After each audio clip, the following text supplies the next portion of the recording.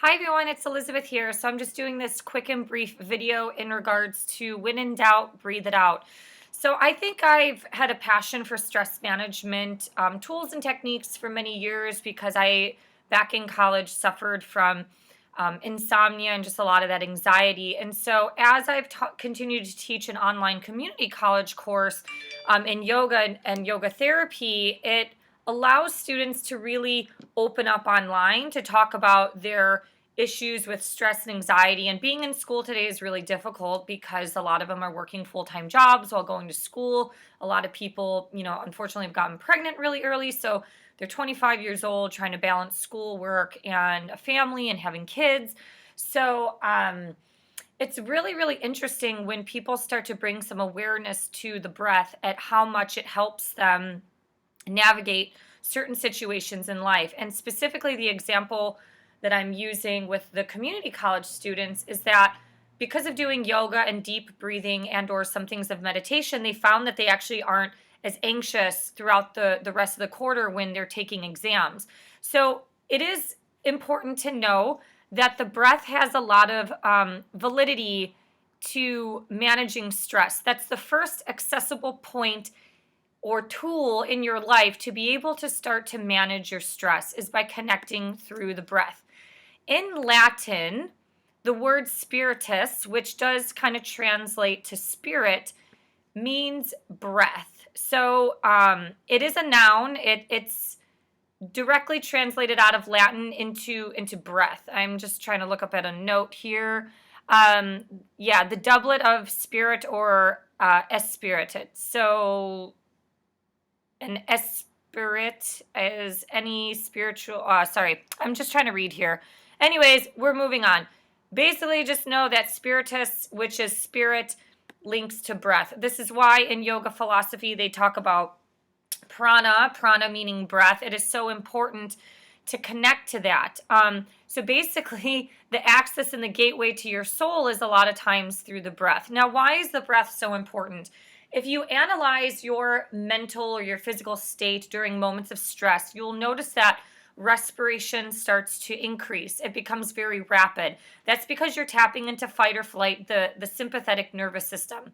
So what that is doing is it's taking the blood flow away from your visceral organs and it's moving the blood flow into the working muscles to be able to fight or flee danger. When you tap into that breath, that long, deep, diaphragmatic breathing, it calms the body and you tap into the other side of your nervous system, which is the parasympathetic nervous system. It's known as the rest and digest phase of the nervous system. So what this does is that it brings all of the blood flow to the visceral organs of the body. When you're in fight or flight, about 85% of the blood flow goes to the limbs. So if you start to look at your body in the mirror, this whole visceral part of the body, this is the link to your limbs. So it's really important to tap into this system, your spinal cord, basically, when you're in moments of stress. You tap into those areas naturally while you sleep, but also while you're into things like deep meditation and yoga. It calms the body down. Before you eat, you actually want to be calm. You want the blood flow to go to the visceral organs of the body. So it's really important to do deep breathing. One of the biggest problems in America that we have is people are eating at their work desk and they're eating while they're working, so they're distracted, or they're eating while they're stressed. So if you're reading a stressful email, your body is stressing out. And your body doesn't know, or the brain can't perceive what the danger is. All it knows is to fight or flee danger. So if you're eating at your desk and you're stressed out and you read an email and it kind of like blows your mind, the blood flow starts to move away from your visceral organs. And why is that important? It's because that oxygen flow does not allow for digestion to happen at its full optimal capacity. So when you are stressed, or if you notice, exercise is stress. Your breath rate is up and going. One of the guys that I used to do Kundalini yoga for, he studied directly under Yogi Bhajan. He said that you don't exercise to work out your muscles, or, to not necessarily to feel good, but you don't exercise for physical needs. You exercise to move the oxygen through the body. That in itself, when you have oxygen flowing through your body, that in itself will end up doing healing, and you feel better in general because you have more O2 running through your system. If you've ever looked at healing techniques like hyperbaric oxygen chambers, a lot of people have healed themselves through oxygen. Oxygen is very important. When you're stressed, you have a lack of oxygen flowing through your body because the blood flow is moving to the limbs. Heart rate increases, blood pressure rises. The adrenaline is pumping through your body so you can start to move, run, flee, whatever. So when you're in moments of stress, especially if it's not, running from a car accident scene, or if there's a fire, you need to run. But if you're at work or if you're in traffic, the number one tool that you can access at any time of day is through your breath work or the breath, just through deep breathing.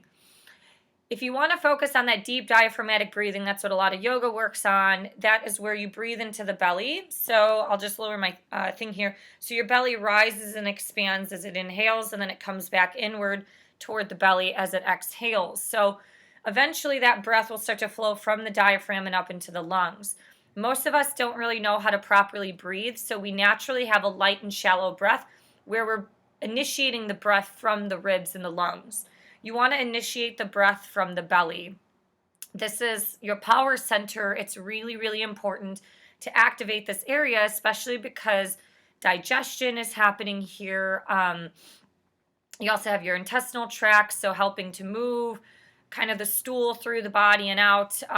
Everything is in this lower part of your abdominal region. And when you look at the science between how the mind and the gut is very much interlinked through your enteric nervous system, if you ever get upset stomachs because you're too stressed, a lot of it is because you also have a lack of oxygen flowing. So that's why the diaphragmatic breathing is also very important. It's because it can help not only with digestion, but just the overall flow and movement of the body to push the food, more properly through your intestinal tract. So the breath is spirit. There's been research and such in the past that this is not really related, but when the human body dies, if the body is on a weight scale, the body becomes lighter at death. It's because it's that exiting of the soul. So if you think about the exiting of the breath and carbon dioxide and things like that, or taking in oxygen, it's really, really important to know that oxygen is very necessary. And this is also an issue today with wearing masks and shields. There's so much conflicting research. I just did an internet search the other day. Like, do you really lose oxygen consumption with the mask? Some websites say yes, some say no. I do think in general, if you're breathing into a mask, it's really hard to maintain a lot of great full oxygen flowing into the body. So that in itself might be able to just stress the body out more naturally. But the overall point of this video is that when in doubt, breathe it out. And the one tool that you can do with diaphragmatic breathing is just focus on a deep, long breath, say 5 seconds in and then 5 seconds out. So you can mentally count as you inhale, 1, 2, 3, 4, and 5. And then as you exhale, reverse it from 5, 4, 3, 2, and 1. And just connect there. And the more you work on it, the more you understand how your body and your mind can handle stress better. You might not react or flip out or be so reactive in the future when stressful moments come, because you've learned to train your brain and your body to naturally work through things, not only diplomatically, but just work through things more calmly, rather than just fight or flight happens and you become reactive and very visceral with emotions. So these are some thoughts that I have. So if you got stress, when in doubt, breathe it out. That's the gateway to your soul. And the way that you access your soul is through your parasympathetic nervous system. You have to be calm in order to receive messages, those intuitive messages, and just to be able to tap into the more emotional other side of your brain that is not just logical, rational lizard brain, react with fight or flight. Thank you for liking, sharing, and subscribing. If you have any questions, feel free to ask. I hope you have a great rest of your day and see you next time. Bye.